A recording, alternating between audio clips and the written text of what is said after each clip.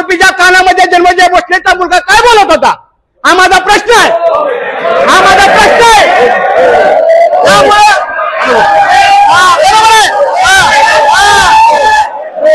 समाज आहे, तिथं मुस्लिम समाज आहे, तिथं मराठा समाज आहे.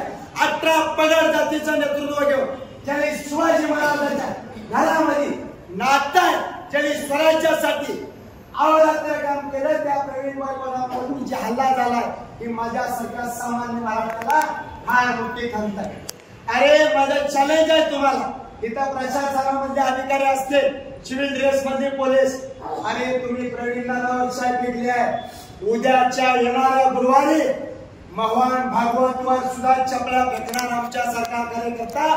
तुम्हाला जर बहुजनाची दखल घ्यायची नसले तर आम्हाला ही रस्त्यावर उतरून करावं लागेल, कारण प्रवीण दादा ही बहुजनाचा विचाराचा वारसा आणि श्वास आहे.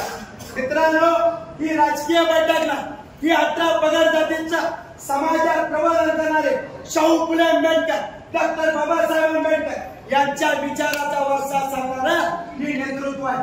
आणि ती संत स्वामी समर्थ महाराजांच्या नगरीवर घडलं.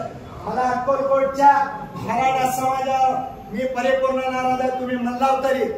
आता isakal.com आहे देशातील नंबर 1 ची मराठी न्यूज वेबसाईट. प्रत्येक अपडेटसाठी isakal.com ला नक्की भेट द्या. मी प्रथमतः आता मला कुणीतरी सांगितलं की मी अचानक उठल्यामुळं तुम्ही कुठल्या आहात विचारलं, तुम्ही भिडेचे समर्थक आहात का विचारलं, आणि जर तसं काय असेल तर चोप दिला जाय असं सांगितलं. त्यामुळे मला पहिली माझी ओळख सांगतो. मी ऍडव्होकेट रोहित फावडे, मी पंढरपूर जिल्हा कोर्टात प्रॅक्टिशनर आहे. अमरजित पाटलांच्या मार्गदर्शनाखाली 2014-15चा पंढरपुरातला मी माझ्या सहकाऱ्यांचा केडर घेतलेला आहे. त्या केडर बेस कार्यकर्ता आहे. आणि रात्री 2 वाजता जोपर्यंत दादा रेस्ट हाऊसला जात नाहीत, गेस्ट हाऊसला त्यांच्या अकलूजला, तोपर्यंत सोबत असलेला कार्यकर्ता आहे. आणि मागच्या आषाढीला सकाळी 11 वाजता इंडिव्हिज्युअल एकटा प्रवीण दादांच्या घरी फरार केलेला आहे पुण्यात हडपसरला. ही माझी ओळख आहे. ह्याच्यानंतर ते सांगतो, ज्या वेळेस आपण 2 वर्षाखाली स्टेट बँकेच्या बाळीवेश मध्ये आंदोलन केलं, मराठा समाजाच्या एका बहिणीला प्रकरण नाकारलं म्हणून, त्या पहिल्या 5-6 आरोपीनंतर मी वर होतो. तिथं वरच्या केबिन मधनं मी पळून आलोय. माऊली भाऊ स्वतः आपण असाल, आपण ओळखत नसाल, दीपक दादा आहेत. ही माझी ओळख सांगायची वेळ आली, कारण मला खाली बसवलं आणि मी भिडेचा कार्यकर्ता आहे का मला विचारलं गेलं.